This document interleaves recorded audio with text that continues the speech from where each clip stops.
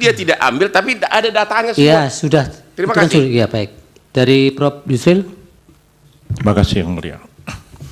Saudara ahli, kita paham dalam filsafat bahwa etik adalah filsafat tentang moral, filsafat tentang praksis manusia.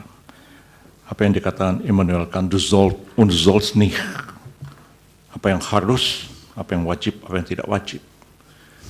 Kant mengatakan bahwa norma-norma moral semacam itu tidak dibentuk oleh manusia, oleh satu lembaga atau negara atau apapun, tapi sesuatu yang lahir dari konsen manusia, dan karena itu dia tahu mana yang salah, mana yang benar, mana yang baik, mana yang buruk. Kalau kita mengikuti filsafat semacam itu, kita sampai pada kesimpulan bahwa norma etik sebenarnya lebih tinggi daripada norma hukum. Bukankah Aquinas mengatakan bahwa norma hukum yang bertentangan dengan norma moral tidak pantas dianggap sebagai suatu norma hukum? Itu dalam somatologia yang tentu Romo lebih paham daripada saya. Pertanyaannya, pada sisi lain kita mengenal teori tentang hierarki perundang-undangan, hierarki norma di dalam hukum itu sendiri. Kita mengenal ada norma yang lebih tinggi, yang bersifat lebih mendasar, ada norma menengah, ada norma rendah, ada norma yang bersifat pengaturan-pengaturan teknis. Saya agak khawatir Romo confuse, Romo, antara etik dalam filsafat dan etik yang dibicarakan dalam forum ini, yaitu etik yang terkait dengan kode etik yang menjadi kewenangan dari Mahkamah MK, jadi kewenangan DKPP untuk melakukan pemeriksaan dalam satu proses peradilan etik.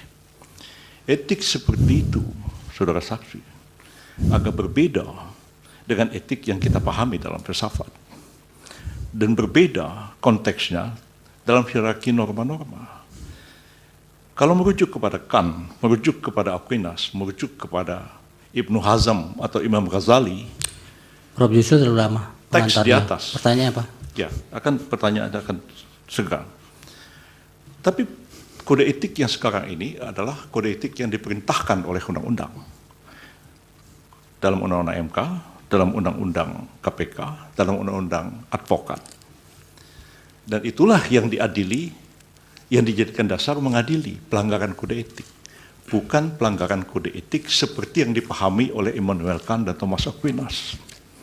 Apakah Romo bisa membedakan antara norma dalam filsafat, norma etik dalam filsafat, dan norma etik dalam pengertian norma etik yang dibentuk atas perintah satu undang-undang yang kedudukannya tidak akan mungkin lebih tinggi daripada undang-undang itu sendiri?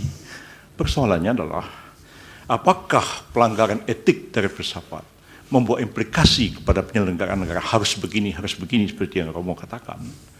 Ataukah pelanggaran kode etik sebagai code of conduct di dalam norma etik yang dijadikan dasar keputusan DKPP dan MK, apakah itu akan menggeser satu keputusan yang didasarkan atas norma undang-undang?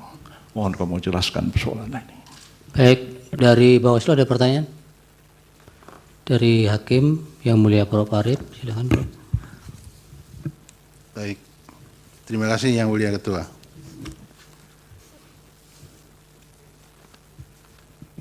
Terima kasih ahli Romo Magnis yang sudah memberikan beberapa catatan di dalam proses